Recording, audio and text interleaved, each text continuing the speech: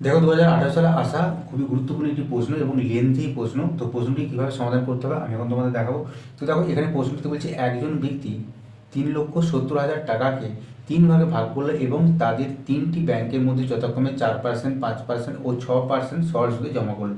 প্রথম বছরের শেষে 3টি ব্যাংকের কাছ থেকে প্রাপ্ত সুদ একই, তাহলে তিনি 3টি ব্যাংকের মধ্যে কত টাকা জমা দিয়েছিলেন। ঠিক আছে, 3টি করে অপশন দেওয়া আছে, তোমরা দেখতে পাচ্ছ।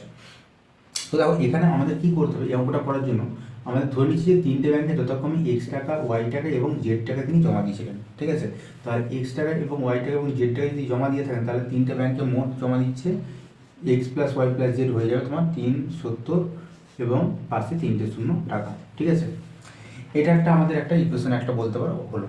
এরপর বলছে দেখো 1 বছর পরে কিন্তু 3টে ব্যাংকের কাছ থেকে সুদ কিন্তু একই। তো অঙ্কটা হচ্ছে সরল সুদের ক্ষেত্রে, তাহলে প্রথম ব্যাংকে যদি সে এক্স টাকা রাখে এবং প্রথম ব্যাংকে দেখো সুদের হারটা 4% এবং 1 বছরের ক্ষেত্রে যেহেতু, তাহলে PRT/100 এটার মান যেটা, এবং দ্বিতীয় ব্যাংকের ক্ষেত্রেও Y/5 1 বছরের ক্ষেত্রে যেহেতু /100 সমান হচ্ছে Z/6/1 তো খুবই সহজে হয়ে যাবে। দেখো প্রত্যেকের নিচে কিন্তু 100 আছে, তো 100টা ভ্যানিশ হয়ে যাবে। তাহলে আমরা এখান থেকে বলতে পারছি 4x সমান হচ্ছে 5y সমান হচ্ছে 6z। ঠিক আছে, তোমাকে এটা কি করতে হবে, এটা কে ধরে নিতে হবে। তাহলে এখান থেকে আমরা পাচ্ছি দেখো x সমান পাচ্ছি k/4, y সমান আমরা পাচ্ছি k/5 এবং z সমান আমরা পাচ্ছি k/6। ঠিক আছে, তো এরপর আমরা কী করবো, দেখো এখানে যেহেতু আমরা পেয়েছি x plus y plus z সমান 3,70,000, তার মানে এই যে x plus y plus z আমাকে এখানে বের করতে হবে। k/4 যুক্ত ওয়াইয়ের মান হচ্ছে k/5 যুক্ত জেডের মান হচ্ছে k/6, এদের তিনজনের যোগফলই কিন্তু 3,70,000 টাকা। ঠিক আছে, তো এখান থেকে আমরা দেখতে পাচ্ছি 4, 5 এবং 6-এর লসগু হচ্ছে। দেখো 4 এবং 6 যদি আমরা লসগুটা করি তাহলে দেখো আমাদের যতটা সম্ভব কত হচ্ছে 4, 5 এবং 6। তো 2 দিয়ে খাওয়ালে 2 2 4, 5 এবং 2 3 6, 3 5 15 2 30 3 60, তার মানে এদের লসগু হচ্ছে 7।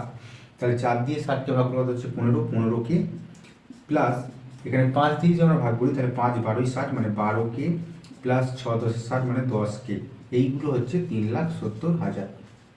ঠিক আছে, তো এখান থেকে আমাদের কিন্তু ভ্যালুটা এর ভ্যালুটা বের করতে হবে। তো দেখো এখানে দেখতে পাচ্ছি 15 আর 12 মিলে 27, 27 আর 10 কত 37। ঠিক আছে, তো তাহলে 37কে /60 সমান আমরা পাচ্ছি 3,70,000। ঠিক আছে, তো এখানে 37 দিয়ে যদি আমরা কাটি তাহলে আমরা পাচ্ছি একের পাশে 4টে শূন্য, তাহলে কে সমান হয়ে গেল 60 দিয়ে গুণ করলে আমরা পাচ্ছি 6-এর পাশে একের পাশে 6-এর পাশে 5টা শূন্য। ঠিক আছে, 4টে এবং 5টা শূন্য, তাহলে কে এর মানটা এত।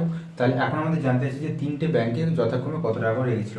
তো কে এর মান যেহেতু আমাদের এইটা আসলো, তাহলে প্রথম ব্যাংকে কত রেখেছিল, দেখো প্রথম ব্যাংকে রেখেছিল k/4, x সমান k/4। তাহলে এই যে সংখ্যাটাকে যদি আমরা প্রথম ব্যাংকে 4 দিয়ে ভাগ করি তাহলে 4 15 60, মানে হচ্ছে পাশে আসবে 4টে শূন্য, মানে প্রথম ব্যাংকে রেখেছিল এত টাকা।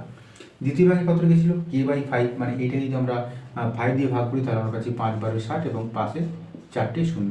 এবং তৃতীয় ব্যাংকে কত রেখেছিল k/6, মানে এইটা বাই 6 যদি আমরা করি তাহলে 10-এর পাশে 4টে শূন্য। ঠিক আছে, তো দেখো এখানে যে অপশানগুলো দেওয়া আছে সেটা দেখো প্রথম অপশানে কিন্তু আমাদের এই সিকোয়েন্স অনুযায়ী কিন্তু উত্তরগুলো দেওয়া আছে। তাহলে এই জন্য আমাদের এই প্রশ্নটির উত্তর হয়ে যাবে অপশান নাম্বার 1। আশা করছি বুঝতে পেরেছ।